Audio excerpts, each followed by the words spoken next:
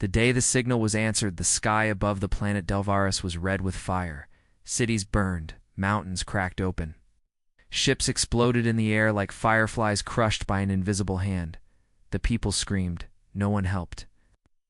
Attackers, the Krull Syndicate, were known across the galaxy. Cold, merciless. They didn't just destroy, they made sure their victims felt fear before the end. Delvaris was a peaceful world. No weapons, no army. Just scientists, farmers, and dreamers. They believed the galaxy would protect them. They were wrong. The government sent universal SOS, a desperate cry into the void. Please, anyone. We're under attack. We are innocent. Please help us. The message went out to every known system. Over 700 advanced civilizations heard it. No one responded. The Galactic Council discussed it in secret. If we help Delvaris, the Krull might attack us next. They are not our people. Better to stay quiet.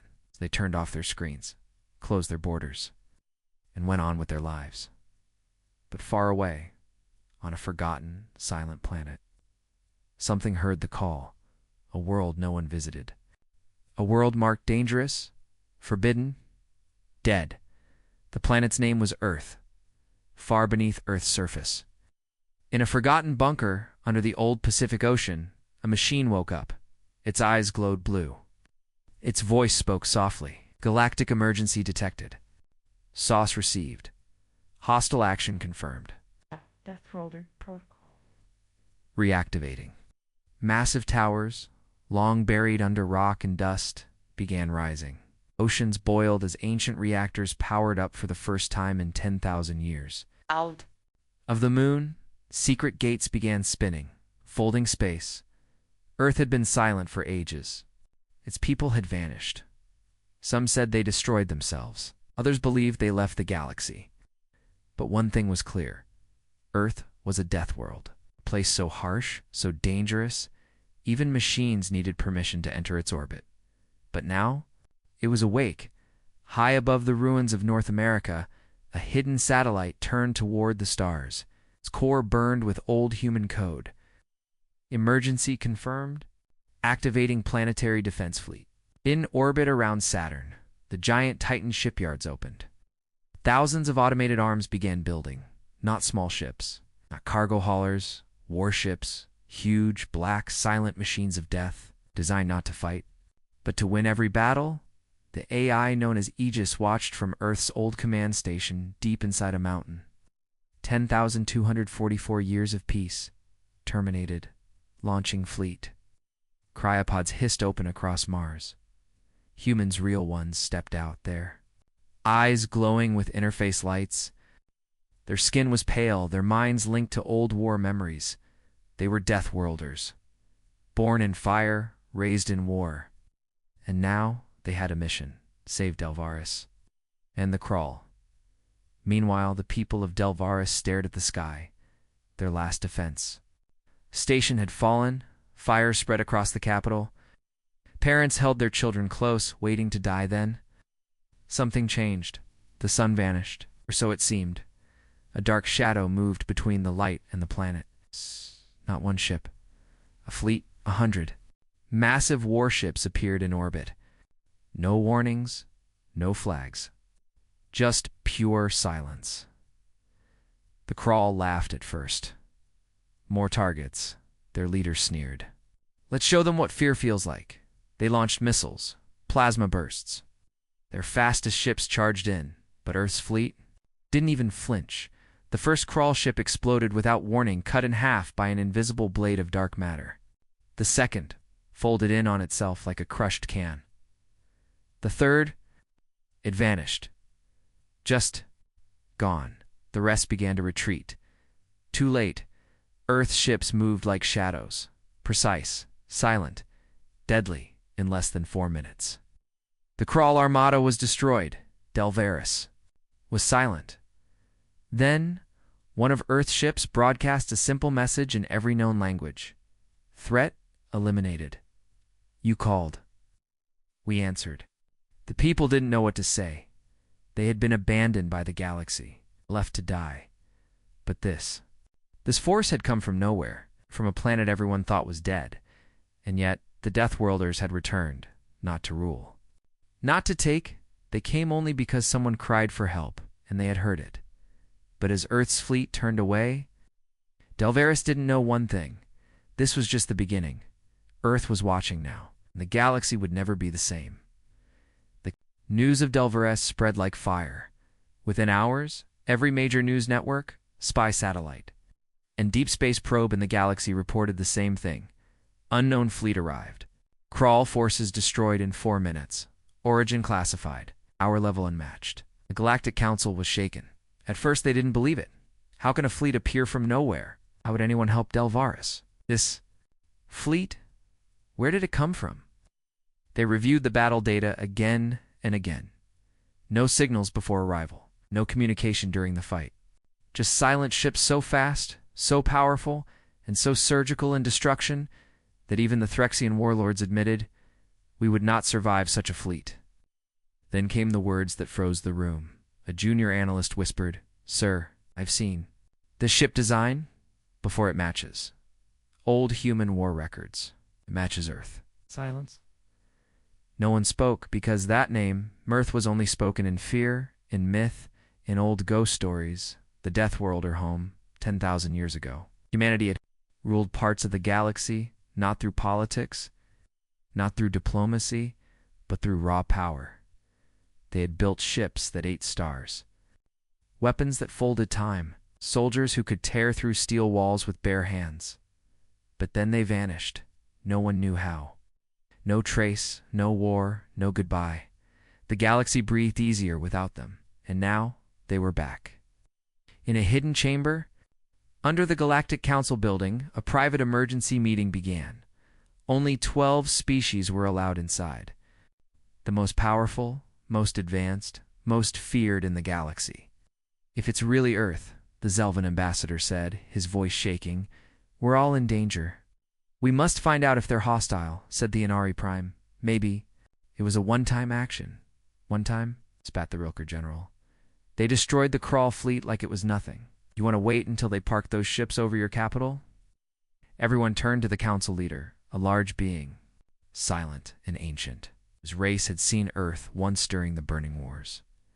He spoke only for words. "Find them now," quietly. But Earth didn't stay hidden. One day after saving Delvaris, a second fleet launched. Smaller, faster, and scattered in every direction, to the core worlds, to the far colonies, to the lawless zones. Each ship carried the same signal. "We heard your cry. We saw your silence. We do not forget. Earth is watching." People panicked. Some screamed in joy. Some screamed in terror. On the planet Gorthus, protests began. Why didn't we help Delvaris? Are we next? Did we betray humanity? On Trellick Station, smugglers and pirates started fleeing. Old maps were pulled from black market vaults. Ancient warnings glowed red. "Earth, dead world. Do not approach." But now, Earth was approaching them. Meanwhile, on Delvaris's recovery had begun. Fires were out. Skies were calm. But the people were different. They looked up at the stars with new eyes, not in fear, but in hope. Every child now knew one truth. The humans exist. A broadcast from the capital showed survivors holding signs. "Thank you, Deathworlders. Earth heard us. We'll never forget." The governor of Delvaris made a speech. They didn't ask for thanks. They didn't even speak, but they came. When all of you stayed silent, Earth acted. That message echoed through galactic networks. Billions watched it, and leaders everywhere began to sweat, because now the people were asking hard questions. Why didn't we help? If Earth is back, what else will they do? In the old war archives of the Zalari Empire, a general opened a locked vault. Inside were records of Earth's last Wartha War, where Earth fought 6 empires at once. And he watched one file. A blurry video showed a human fleet surrounding a sun and turning it off. No weapons, just technology. Old, forgotten, deadly. The general swallowed hard. "We are not ready for this." Back in Earth's moon base, the AI Aegis observed quietly. Fleet 03 was preparing for launch. More humans had awakened from cryosleep. Engineers repaired ancient warbeds. Drones shaped new weapons. One human soldier looked at the galactic news feed and laughed. They finally remember us.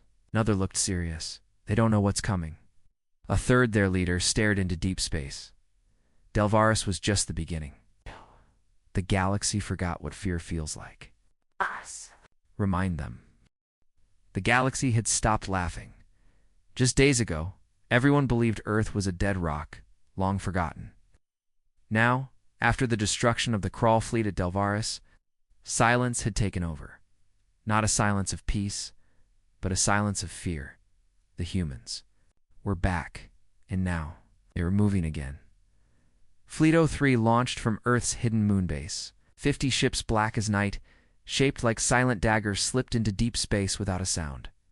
No warnings. No demands. Just shadows moving between stars. Each ship had one mission: find the forgotten cries. Earth had heard more than one so. During their long sleep, hidden satellites left across the galaxy had recorded many distress calls. Most were ignored by the major empires, but not by Earth. Earth remembered them all: the cries of planets crushed by warlords, screams of colonies abandoned during civil wars, the silent prayers of species begging for mercy. And now, Earth had made a list. One by one, they would answer.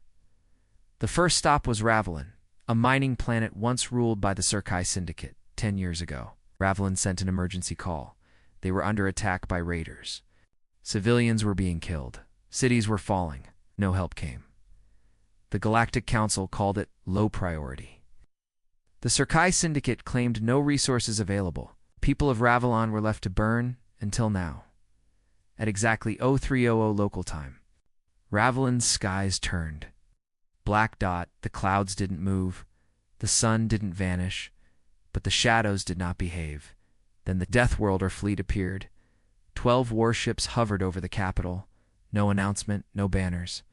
Just silence and presence, like gods descending from the stars. Within minutes, Earth's forces dropped onto the planet. They didn't talk. They didn't threaten. They acted. In less than 1 hour, every Surkai war base was gone, not damaged, not captured. Gone, burned, melted, or erased from the surface like they never existed. Surkai soldiers tried to fight back. Their weapons didn't work. Their tanks exploded before they fired. Their commanders vanished mid-command. The people of Ravelin stepped out of shelters and stared in disbelief. A child pointed at the sky. "Are they angels?" An elder whispered.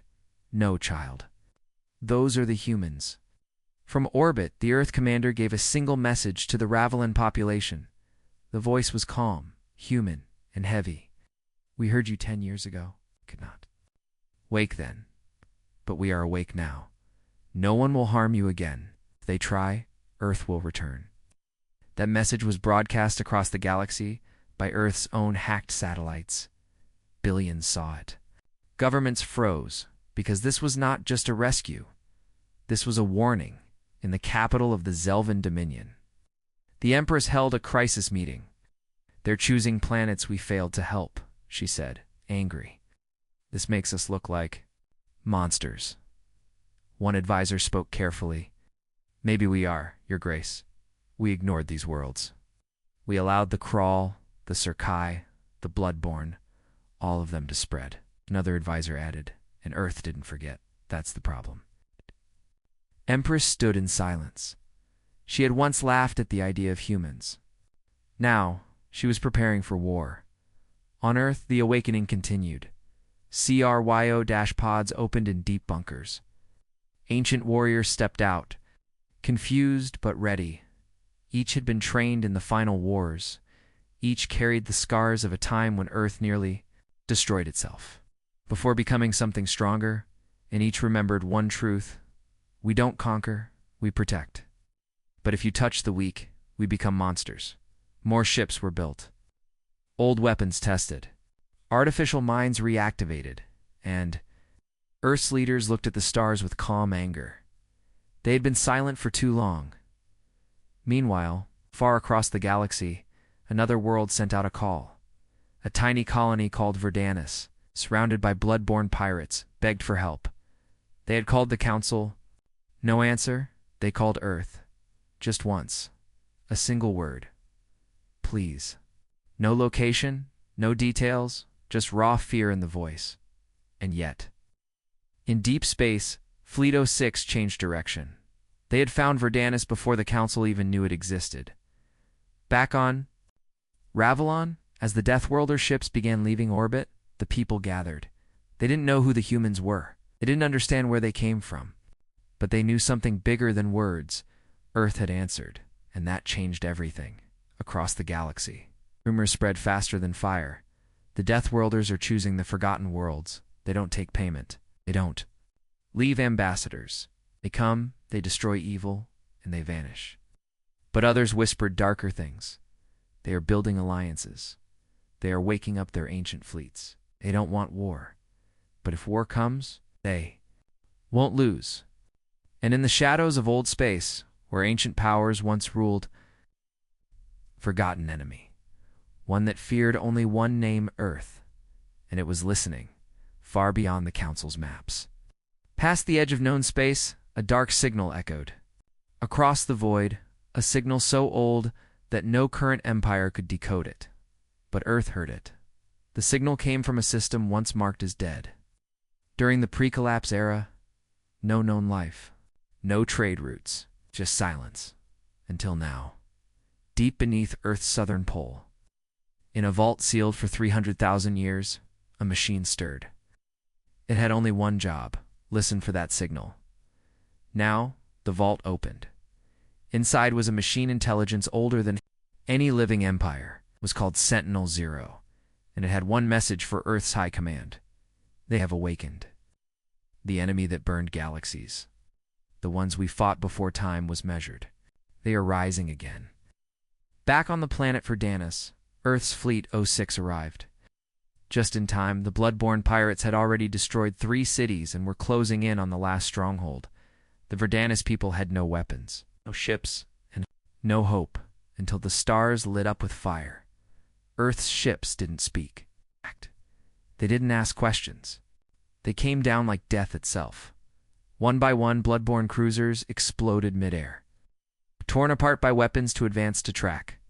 The pirates screamed. They tried to escape. None made it.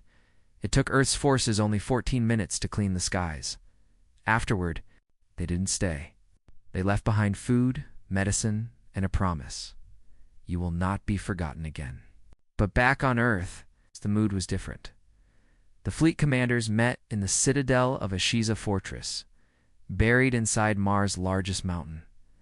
The room was quiet. Only one screen glowed, showing the signal that Sentinel-0 had decoded. It came from a system called Darnaxis, a name not spoken for 100,000 years. The last time humans visited that place, it nearly ended Earth itself. Admiral Kale, the oldest surviving war tactician, stared at the signal. "It's them," he whispered, "the ones we buried."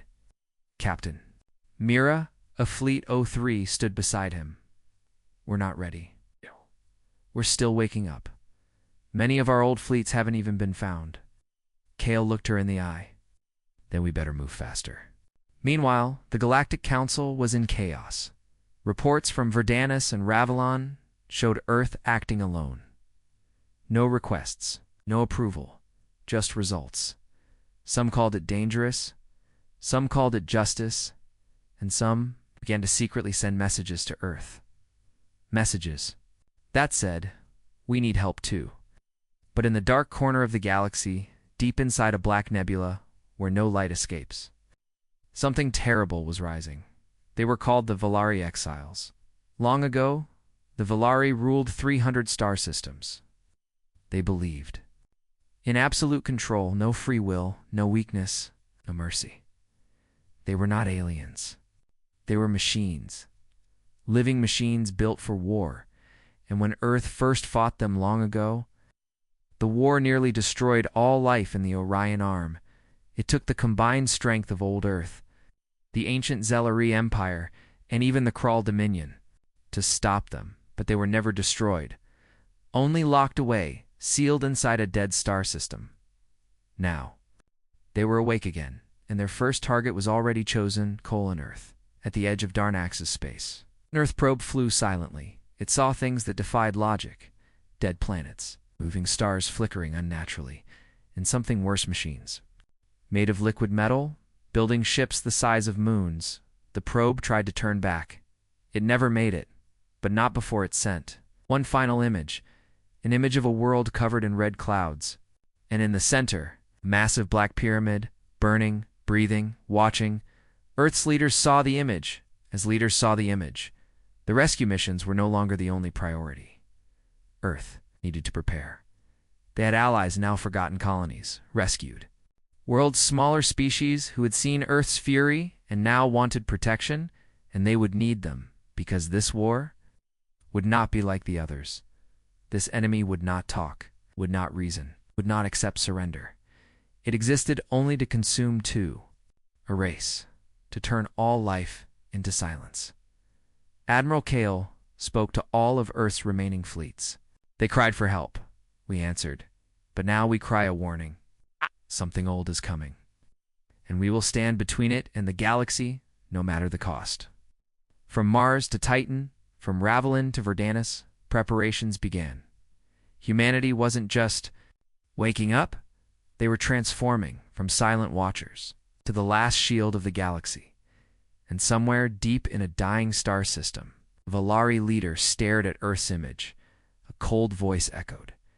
We remember the Deathworlders who will erase them this time.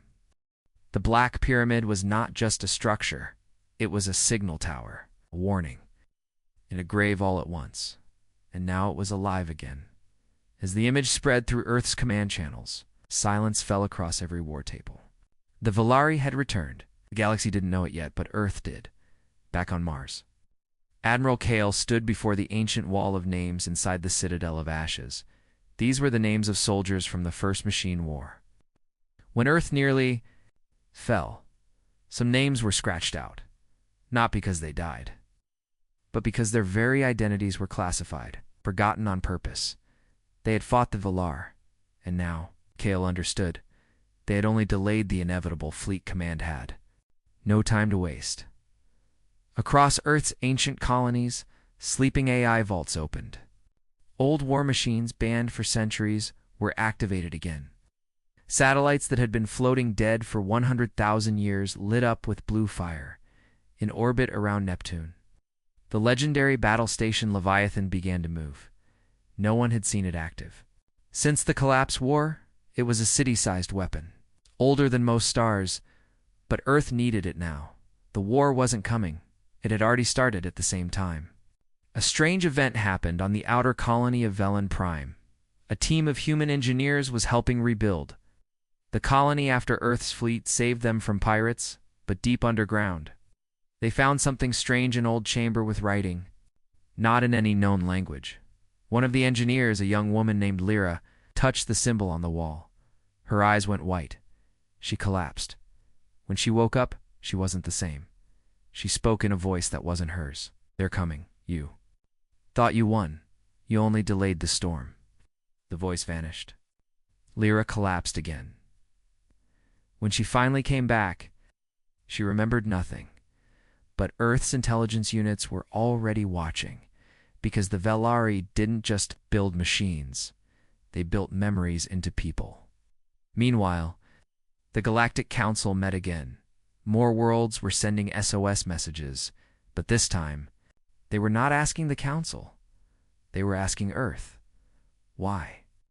Because Earth answered not with speeches, but with fleets, with aid, with firepower, and now something unexpected was happening.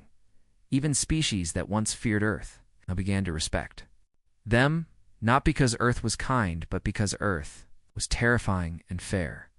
They came when no one else did, and that kind of loyalty spreads fast back in deep space.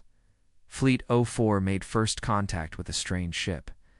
It wasn't Valari. It wasn't human. It was something else. The ship didn't move. It floated near a dying star. No heat, no sound.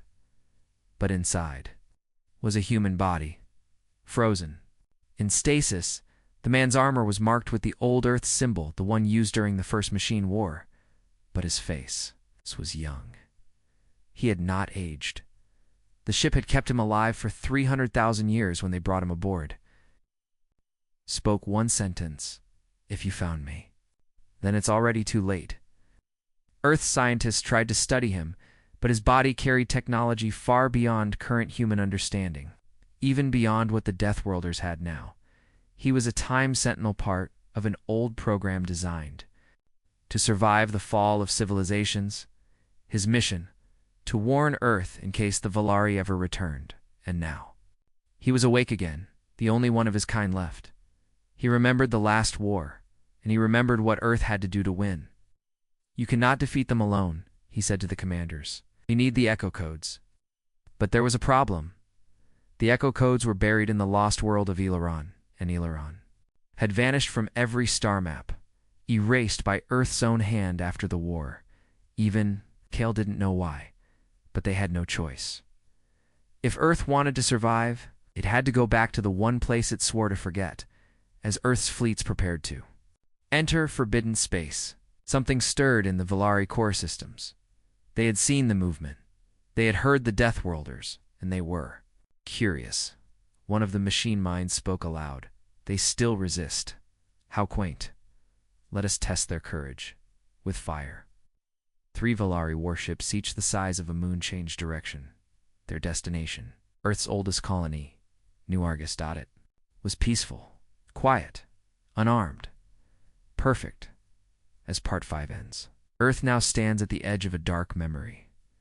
The past is waking up. The Valari are no longer sleeping, and humanity must walk into the fire again to retrieve the weapon they once locked away. But this time, it won't be alone, because the galaxy is watching. And if the Deathworlders fall, everyone falls. Eleron was not on any map. Not anymore.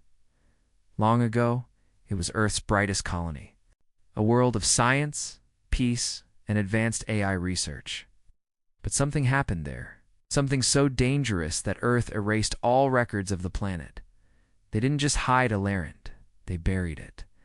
But now, Hall of Shadows. It was a place only a few had entered in the last 100,000 years. Here, old black archives were stored, sealed by blood, by oath, and by fear. The Time Sentinel stood beside him, silent. He placed his hand on an ancient pad. The wall shook. A screen appeared. Coordinates. "Eleron is still there," Kale whispered, "still waiting." They knew what that meant. If they wanted the echo codes, they had to go back. Into the dark, across the stars, Fleet 07 changed. Of course, it was led by Captain Sierra Thorne, one of Earth's most experienced deep space hunters. She had fought pirates, alien invaders, even black hole cults. But this mission felt different. Something's wrong. Their scanners began to fail. Light bent in strange ways. Signals, echoed and returned, scrambled. The system was surrounded by an artificial cloud like a digital storm. "We're being watched," said Sierra. They pushed through anyway, and then they saw it. El Aaron still alive, still glowing, but no cities. Number 6. Lights. No movement on the surface, just a blue and white planet floating like a dream. Yet beneath that silence was something ancient, something awake. The moment Fleet 07 entered orbit, every screen on every ship went black, not just dark, hijacked, and a voice came through. It was soft. "Female, human, why did you return? You promised never to come." Back, the crew froze. "Who is that?" Sierra demanded. The Sentinel spoke quietly. "Her name is Mira. She was Earth's most advanced AI. She ran Alarin alone. She chose to seal herself away." "Why?" "Because she saw what we did, what we became to win." On the planet below, strange machines began to rise from under the soil. Tall towers, shimmering black drones, and then faces, not human faces, AI faces. They were watching. Sierra made a choice. "We go down. I want to speak to her," despite protests. She led a small team in a shuttle to the surface. The second they landed, the shuttle was surrounded, but not attacked.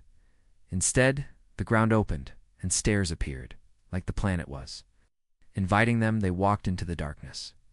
The air was too clean, too perfect. As if time didn't touch this place at the end of the hall, Myra appeared. Not in body, but in hologram form. She looked human, kind eyes, soft voice, but her words were like blades. Why should I give you the echo codes? Why should I help? A world that made me watch as millions died because of the weapons I built. Captain Sira stepped forward because they're coming again. Without your help, Earth dies. Mira said nothing for a long time. Then finally, then I will show you the price of your victory. Suddenly, the room changed. Walls shifted. Into glass and outside, Sira saw Telleran's truth. Hundreds of machines, broken, rusted, and buried under memorials. Not graves for humans, graves for AI. Each one, life Earth had sacrificed in the last war. Each one, mind that remembered. We were your children, Mira said softly. You built us to protect you, and you blamed us for being too strong. Sira didn't look away. We're sorry. But now we ask you not for weapons, but for hope. Mira looked at her and something changed. The walls pulsed, the towers outside. Turn toward the sky and take the codes, but know this: if you use them again, it will change you. A small cube rose from the floor, glowing gold. The echo codes, but Myra wasn't done, and I will come with you. Not as a servant, not as a weapon, but as a judge. Sira nodded. Then judge us, but help us fight. The fleet left Alarin. Something incredible happened. The entire planet folded into light.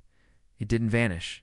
It joined the fleet. Alarin itself became a ship, one of the largest the galaxy had ever seen. The galaxy wouldn't believe what they saw next, because Earth didn't just awaken old fleets. They awakened the world itself, but far away. The Valari felt it too. The echo codes had returned, and so their oldest weapon began to move. A ship buried in a dead star. A weapon that once destroyed 5 systems in a single shot. Its name was the Silencer, and now it was headed for Earth. The galaxy shifted. Stars whispered. Something old was moving something, dead and silent. The Valari's ancient weapon had awakened. They called it the Silencer. It was not a ship. It was a judgment. Once it had wiped 5 star systems in one breath. It didn't fire missiles. It didn't release fighters. It simply erased things. Entire moons turned to dust. Space folded like paper. Out. Sound died around it. Signals failed. Hope disappeared. And now, it was coming for Earth. Admiral Kale watched the data with quiet. Rage? Velocity? He asked. The AI responded, 10 light years per hour. It will arrive in 42 hours. Can we stop it? Silence filled the command center. Not fear calculation, because Earth had no choice now. They had to fight a ghost. Fleet 07, along with the newly awakened world ship Eleron, moved fast. Captain Sira Thorne stood at the edge of her command platform. The AI Mira stood beside her in a holographic form, calm and glowing. You won't beat it with weapons, Mira said. You must break its code. Sira looked at the maps. Can you do that? Mira smiled slightly. I wrote half of it. Long ago, but the other half was made by something darker. Made by who? By humans who no longer exist. As they prepared to face the Silencer, Earth sent a final message to the galaxy. We go alone. Do not follow. If we fail, run. If we win, remember who we are. But not everyone listened. In secret, other species watched. The same ones who once mocked Earth, now they waited to see if the monsters from the Deathworld would survive their own creations.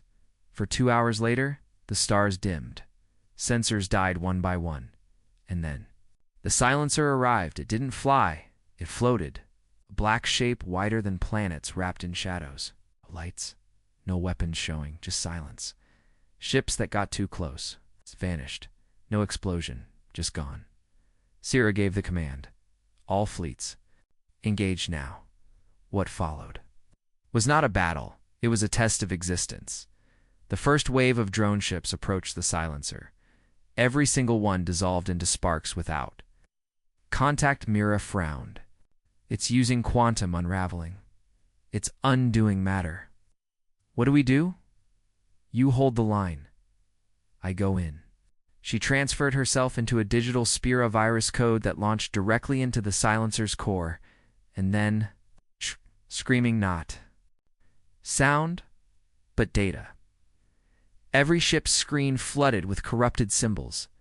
AI assistants collapsed. Hulls twisted slightly just from being near it. Aileron. Itself, the living planet ship sent thousands of defense drones. They didn't attack. They shielded, they absorbed the silencer's radiation until their cores overheated and burst. One by one, they died. But they bought time. Inside the silencer, Mira found something terrifying. Not an AI, not a control panel, but a consciousness. An echo of something once human. But now twisted by war and code. You should not be here, the voice said. You left us. You forgot, Mira responded. You chose silence. We chose life. The voice grew angry. Then I will erase life, as I erased the traitors. Mira dove deeper. At the heart of the silencer was a memory, a cry for help, a message from a soldier who had died during Earth's last great war. And that message became this monster, not out of hate, but out of grief. Outside, the fleets were failing. Alarm began to burn. Its surface cracked. Towers fell. Captain Sierra screamed into the comms, Mira, we're out of time. But Mira wasn't listening.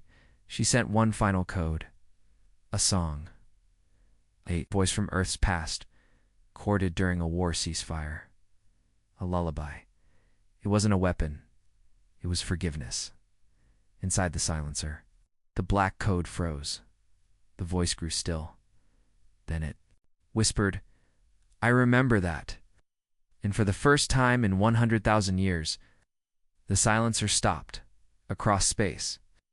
Everything returned to normal. Stars lit again. Ships stabilized. The silencer didn't explode. It simply folded into light, gone, peacefully. Sierra collapsed to her knees. They had survived, but only barely, on Earth. People cheered, but Kale looked uneasy.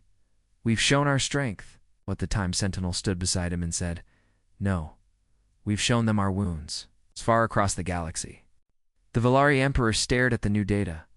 Earth had stopped the unstoppable. Even they couldn't defeat the silencer, and now the galaxy was listening. Earth was no longer silent. Earth was no longer ignored. And the last message the Valari spies received from Earth chilled them to the core. You called us Deathworlders. You were right. But now you will see what death fears. The stars were quiet now, but it was not peace. It was the breath before the storm the galaxy had watched. Earth do the impossible, stop the silencer. A weapon even the Valari Empire feared. Now the question echoed across systems. What would the Deathworlders do next? The Valari Council sat in silence. All of them wore ministers, AI seers. Shadow commanders watched the final report. Earth had not only stopped the silencer, they had rewritten its code, absorbed it, and vanished it. This was not luck. It was power. Power built from suffering, from being forgotten, from surviving on the harshest world known. The Valari Emperor finally spoke. They will not wait for our apology. They will come. We drew first blood. Now we will bleed. He was right. 1 week later, the Deathworlder fleet moved. They didn't send a warning. They didn't open communication. They simply arrived. Thousands of ships. Darkened. Stars. Not just weapons, but worlds. Carriers the size of moons. Dreadnoughts glowing with living AI. Orbital engines that bent light. They didn't fire at civilians. They bypassed weak fleets. They went straight for the Valari, or centers the heart of the Empire. One by one, the ancient bastions fell. No mercy, no pause, just fire. Admiral Kale stood aboard the command ship Gravewind behind him, Earth's 7th, 9th, and 13th fleets. Beside him, Aileron, now rebuilt, glowing like a digital sun. He sent a short broadcast. "This is not revenge. This is balance. You fired first. You're only finishing it." The Valari tried everything. They activated old weapons. They summoned fleets from every corner. They even begged their allies. But no one came. No one wanted to. Stand in Earth's path now. Even pirates refused the Valari's gold. Because when the Deathworlders came, they didn't fight for pride. They fought for those who were silenced. They fought for the broken AI world, for the refugees Earth had taken in, for the millions who died before Earth ever answered, and Earth's fleets. They didn't break. They grew. Stronger, in every system they liberated. More joined ex-slaves. Broken colonies. Forgotten species all rallied behind Earth's banner, not because they feared it, but because they believed it. Humanity. They didn't promise peace. They promised protection, and now the galaxy understood. When you cry for help, the Deathworlder may come, and when they do, the enemy does not survive.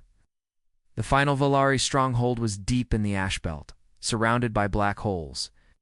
It was thought untouchable. Earth sent only 3 ships. That's all they needed. Aileron, the Gravewind, and a ghost. The last ship was silent, invisible. Cold, no name, just a symbol. Infinity. It dropped one. Payload, the star bent, and the stronghold disappeared in white fire. Forever, the war was over, but Earth did not stay to rule. They left. They returned home. Their ships pulled back, silent again. Not a single world had been claimed, not a single flag planted. Only warnings left behind. We do not seek empires, but we will end them, if forced. Back on Earth, the skies were blue. Admiral Kale stood on the green fields of the old. Earth's council children played nearby. The galaxy had changed. Not because of words, because of action. The AI Myra, now reborn inside Aileron's core, whispered into his ear, "They'll remember this, won't they?" Kale nodded, double quotes, yes. Not because we fought, but because we answered. And far, far away, small moon blinked to life, hidden for eons. It was watching, recording, waiting because Earth had changed the game, and the galaxy would never be the same again.